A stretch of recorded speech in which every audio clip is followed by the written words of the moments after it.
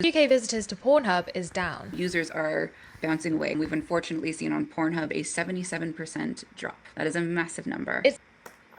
Uh, you saw that 77% drop, which I think is a good thing for people in general because I'm personally not a big fan or supporter of people engaging in corn. In general, I don't think it's good for you. After robust age checks were put into place when the Online Safety Act was introduced. Its aim is to make it harder for children to online. Now, we've not been able to independently verify Pornhub's claim, but data from Google shows searches for the site have decreased by almost half since the law came into effect, and this could be. And yes, that was a law recently passed in the UK where all of these explicit websites had to have like age verification, which is good. And I think I'm surprised that it didn't have that a long time ago because the amount of stuff that's on these websites is kind of crazy. The consequence of people reducing their porn use, but could also be explained by people visiting the site through alternative means, like a VPN, which masks a user's location. But Alex Kakesi, an executive at Pornhub's parent company ILO, told the BBC the new rules were unenforceable. I really do feel for Ofcom, right? They've been charged with an insurmountable task when you're talking about 240,000 adult platforms, and we've only seen compliance from a small handful. Ofcom has taken action against fewer than 70 sites for non-compliance.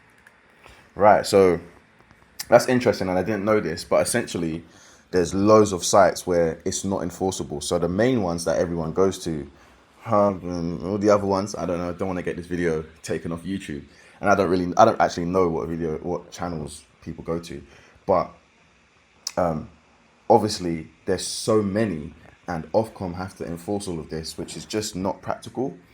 I don't think they even have the money and the manpower to do that and obviously make sure that every single website is being compliant because now they want you to upload ID and all that stuff to verify your age, which is, again, is a good thing. It's positive. That's what they should be doing.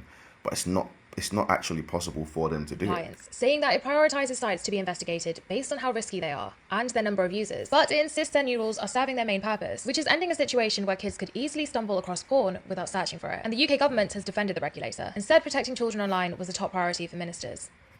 The number of UK... So, I'm on board with this. I think that, for once, the government's done something half decent. And what we need to really talk about is the mental effect that exposure to porn too early can do to children and young boys and girls. It gives them unrealistic expectations so that, for when their time comes, they don't know what to expect. It can fuel some of the behavior that we see from boys to girls, but also girls to men or girls to boys. And also it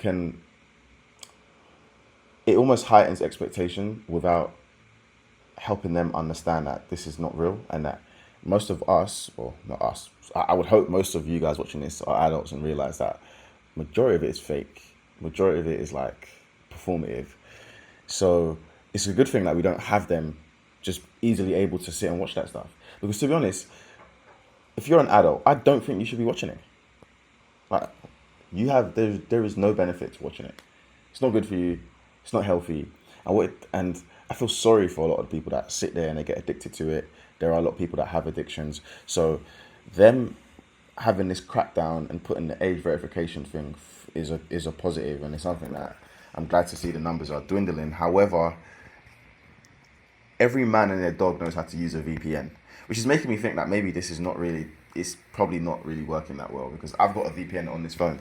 I'm in Dubai right now, which is why I have the VPN, but like, you can get a VPN, you get 2 gigabytes for free. You can just use that, bypass this, and continue your addiction, which you shouldn't have. So I'm not quite sure how effective this really is, but it's a step in the right direction, which is the key thing. And I think that I'm about to talk about business, for people in general, and I'm going to talk about men because men are the biggest consumers of this. I think for those people in general, I think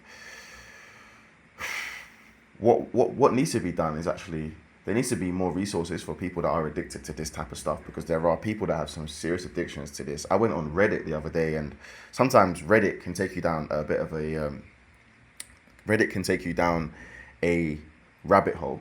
And while going through this rabbit hole, seeing what some of these guys were talking about and the struggles they have and all the strategies they try to put in place to overcome these crazy addictions is crazy in itself. It's a bit mind-blowing, but yeah, it is what it is. So I think that this is a positive thing. I think one thing as well that I believe in Sweden, they actually teach their kids very, very early. They introduce these concepts to them very, very early. And I'm not saying certain words in this video for a reason. And that's one of the reasons they actually have a lower teenage pregnancy rate, according to other countries.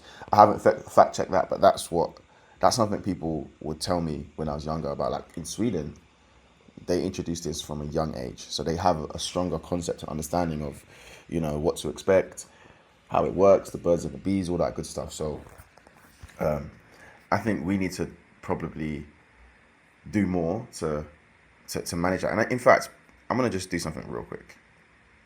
Let's take a quick look at these numbers here. I'm just going to go teenage pregnancy rates, yeah. Teenage pregnancy rates in the UK reached a record low due to a long-term downward trend, but recent data for 2020 shows the first increase in under 18 conception rates in 14 years. Okay, so it was trending downwards, which is really good. But then let's say UK versus Sweden, because that's kind of what I wanted to look at. So it's been historically higher than Sweden.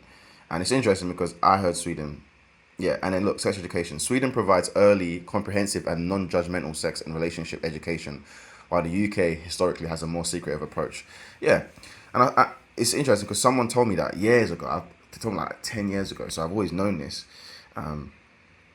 And a lot of it is because they teach the kids so early. Anyway, it was more to react to that video. I think it's quite interesting. And I think that they should continue to ban corn as much as they can. I'm not saying ban it completely, but limit human beings' access to it, because human beings know how to ruin everything.